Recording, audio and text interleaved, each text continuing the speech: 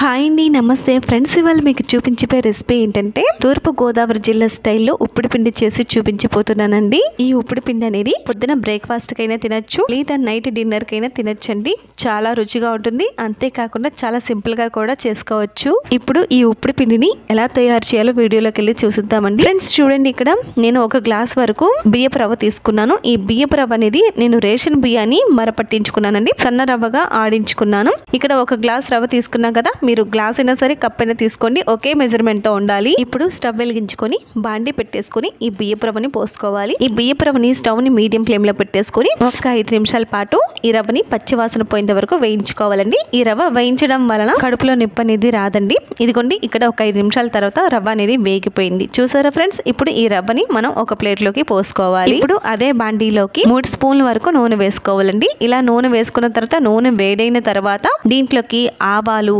శనగపప్పు, మినపప్పు, జీలకర్ర అన్ని వేసుకోవాలి. ఈ ఉప్పుడు పిండిలోకి పప్పులు ఎక్కువగా ఉంటే మనం తినేటప్పుడు పంట కింద నలుగుతూ ఉంటే చాలా రుచిగా ఉంటుందండి. ఇదిగోండి, ఇక్కడ అన్ని వేసేసుకున్నాం కదా పప్పులన్నీ. వీటిని ఆవాలు చిట్టాపట్ట అనేంత వరకు వేయించుకోవాలి. అలాగే పప్పులు అనేవి బ్రౌన్ కలర్ రావాలండి. అలాగే దీంట్లోకి 1 ఇంచు అల్లం ముక్కని చిన్న చిన్న ముక్కలుగా కట్ చేసుకొని వేసుకోవాలి. అలాగే 2 పచ్చిమిరపకాయలని ఈ విధంగా ముక్కలుగా కట్ చేసుకొని వేసుకొని 1 నిమిషం పాటు వేయించుకోవాలి. అలాగే 2 రెమ్మల కరివేపాకు కూడా వేసేసుకోవాలండి. వేసుకున్న తర్వాత 1 నిమిషం పాటు వేయించుకోవాలి. ఇలా వేయించుకున్న తర్వాత దీంట్లోకి నేను ముందుగా 2 స్పూన్ల వరకు పెసరపప్పుని నానబెట్టుకున్నానండి. ఒక 10 నిమిషాల పాటు నానబెట్టుకున్న పెసరపప్పును కూడా దీంట్లో వేసేసుకొని వీటిని 1 నిమిషం పాటు వేయించుకోవాలి. పెసరపప్పు అనేది ఆప్షనల్ మాత్రమేనండి, మీకు ఇష్టమైతే వేసుకోండి, లేదా స్కిప్ చేసుకోవచ్చు. పెసరపప్పు వేస్తే ఉప్పుడు పిండి అనేది చాలా రుచిగా ఉంటుంది. ఇదిగోండి, ఇక్కడ 1 నిమిషం తర్వాత పెసరపప్పు వేగిపోయింది కదా. ఇప్పుడు దీంట్లోకి ఒక అరచిప్ప కొబ్బరిని ఇలా గ్రైండ్ చేసేసుకున్నాను. ఈ కొబ్బరిని కూడా నేను దీంట్లో వేసుకుంటున్నాను. ఇలా కొబ్బరిని వేసుకున్న తర్వాత దీన్ని కూడా 1 నిమిషం పాటు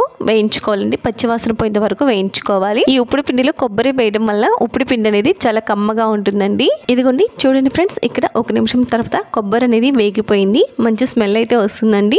ఇదిగోండి, ఇప్పుడు దీంట్లోకి మనం ఒక గ్లాసు రవ్వ తీసుకున్నాం కదా, ఆ 1 గ్లాసు రవ్వకి 2 గ్లాసుల వరకు నీళ్లు పోసుకోవాలి. ఇదిగోండి, ఇలా నీళ్లు పోసుకున్న తర్వాత ఒకసారి కలిపేసేసుకొని దీంట్లోకి తగినంత ఉప్పు వేసుకోవాలి. మీరు తినేదాన్ని బట్టి రుచికి తగ్గ వేసుకోండి ఉప్పు అనేది. ఇలా ఉప్పు వేసుకున్న తర్వాత ఒకసారి కలిపేసేసుకోండి. ఇలా కలుపుకున్న తర్వాత స్టవ్ ని మీడియం ఫ్లేమ్ లో పెట్టేసుకుని మూత పెట్టేసుకోవాలండి. ఈ నీళ్ళు అనేవి మరిగించుకోవాలన్నమాట. ఇదిగోండి, ఇక్కడైతే నీళ్లు మరిగిపోతున్నాయి కదా. ఇప్పుడు మూత తీసేసుకొని మరుగుతున్న ఈ నీళ్ళల్లోకి మనం ముందుగా వేయించుకున్న బియ్యపు రవ్వను కూడా గరిటతో కలుపుకుంటూ పోసుకోవాలండి, ఉండలు లేకుండా. ఇదిగోండి, ఇక్కడ రవ్వ మొత్తం పోసేసుకున్నాం కదా. ఇప్పుడు గరిటతో కలుపుకోవాలి. ఇక్కడ చూడండి ఫ్రెండ్స్, ఇక్కడ రవ్వ అనేది కొంచెం దగ్గర అయింది కదా. ఇప్పుడు మూత పెట్టేసుకుని ఒక 5 నిమిషాల పాటు స్టవ్ ని సిమ్ లో పెట్టేసుకుని ఈ రవ్వని ఉడికించుకోవాలండి. ఇదిగోండి, ఒక 5 నిమిషాల తర్వాత మూత తీసి చూపిస్తాను చూడండి, గరిటతో కలుపుతున్నాను. ఇదిగోండి, ఇక్కడ ఉప్పుడు పిండి అనేది సగం వరకు ఉడికిందండి, అంటే ముద్ద ముద్దలా ఉంది. ఇప్పుడు ఒకసారి కలిపేసేసుకుని గరిటతోను మూత పెట్టేసుకొని ఒక 2 నిమిషాల పాటు ఈ ఉప్పుడు పిండిని ఉడికించుకోవాలి. స్టవ్ మాత్రం సిమ్ లోనే ఉండాలండి. ఇదిగోండి, ఇక్కడ 2 నిమిషాల తర్వాత మీకు మూత తీసి గరిటతో కలిపి చూపిస్తాను చూడండి, ఇక్కడ ఉప్పుడు పిండి అనేది పూర్తిగా ఉడికిపోయింది. ఇదిగోండి, చూసారా?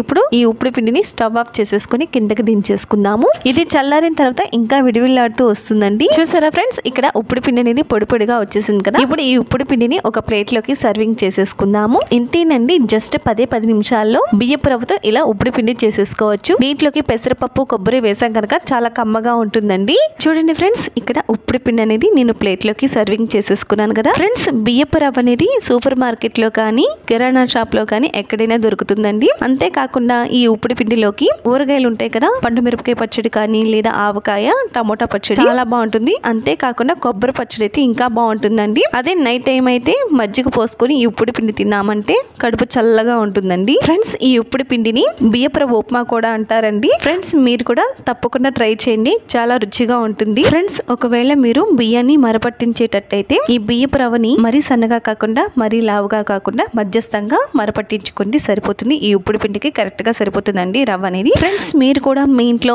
పొద్దున పూట బ్రేక్ఫాస్ట్ కైనా సరే, లేదా నైట్ డిన్నర్ కైనా సరే ఒక్కసారి బియ్యపు రవ్వతో ఇలా ఉప్పుడు పిండి ట్రై చేసి టేస్ట్ చేసి మీకు ఎలా కుదిరింది అనేది మీ ఫీడ్బ్యాక్ ని నాతో షేర్ చేసుకోండి. అలాగే ఈ వీడియో చూసిన తర్వాత రెసిపీ కనుక నచ్చినట్లయితే ఒక లైక్ చేసి మీ ఫ్రెండ్స్ కి, బంధువులకి షేర్ చేయండి. మరిన్ని రుచికరమైన వంటల కోసం నా ఛానల్ ని తప్పకుండా సబ్స్క్రైబ్ చేసుకోండి. అలాగే గంట సింబల్ ని యాక్టివేట్ చేసుకోండి. నేను చేసే వీడియోలని మీకు ముందుగానే వచ్చేస్తాయండి.